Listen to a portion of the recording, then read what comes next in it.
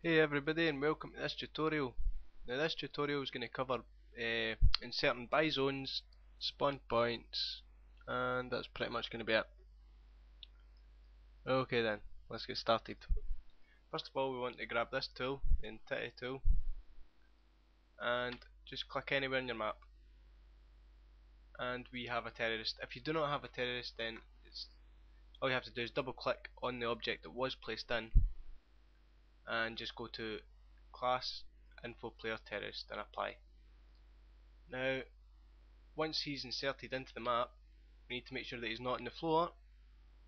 That's our floor. As you can see, it's highlighted in red now in the front view. Yeah, front view. And he is not in the floor. Okay, so we're going to move him to a corner, and that should do nicely.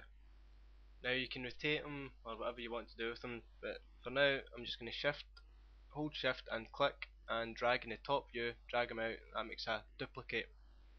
And now I'm going to create 8 terrorists like so.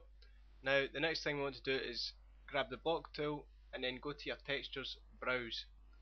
Now the texture that we want for this is trigger, so just type trigger in your filter down here and select the trigger tool texture.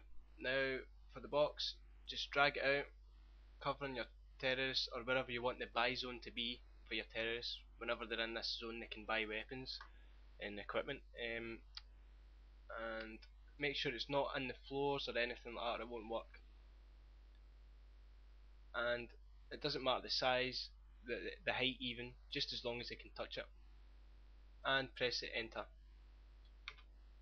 Now select that trigger that we've entered into our map and press Ctrl T. Well, hold Ctrl press T. Now we want to find function Buyzone. You can type it in here or you can search it here. Now Buyzone.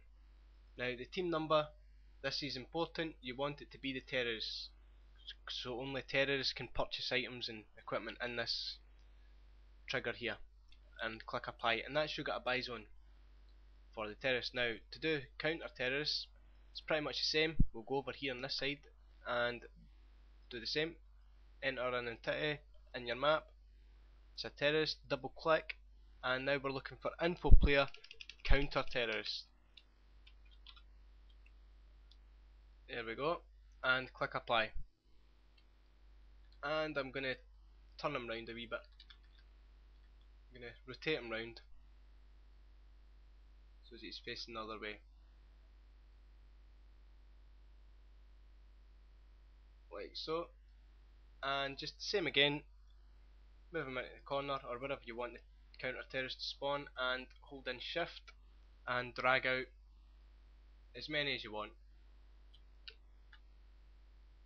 I'm just going to do 8 again, so we've got 8 counter terrorists and 8 terrorists.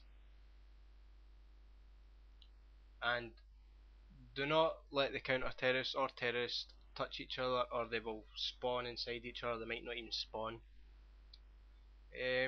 Same again, the trigger selected.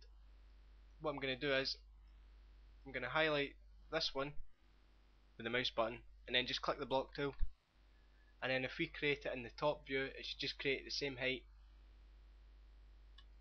as it did in the, yep, like so.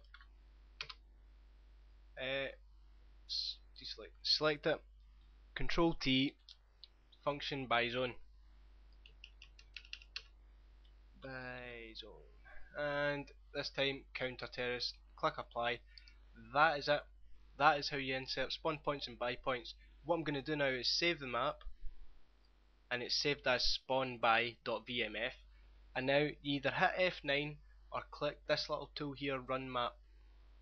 Now run viz fast, run BSP normal, rad normal, no HDR for now, don't run the game after compiling, click OK. Now this shouldn't take long, it's a very small map. There we go. Now if I close this, we can start up Counter Strike. games, Counter Strike, and what should happen is we should be able to go in that and play our map that we've just created with our spawn points, Buyzones. Not be able to do much though, but we'll be able to play it. So I'm going to pause it now until this loads. Okay, and we're back now. I'm going to go to create server, and it's going, what was it, spawn by, there we go. Start the game. I'll include bots because it'll not take much to build up the nav for it. Because what it does in a new map that you make, it will build the navigation mesh when you first insert a bot, sampling walkable space, etc.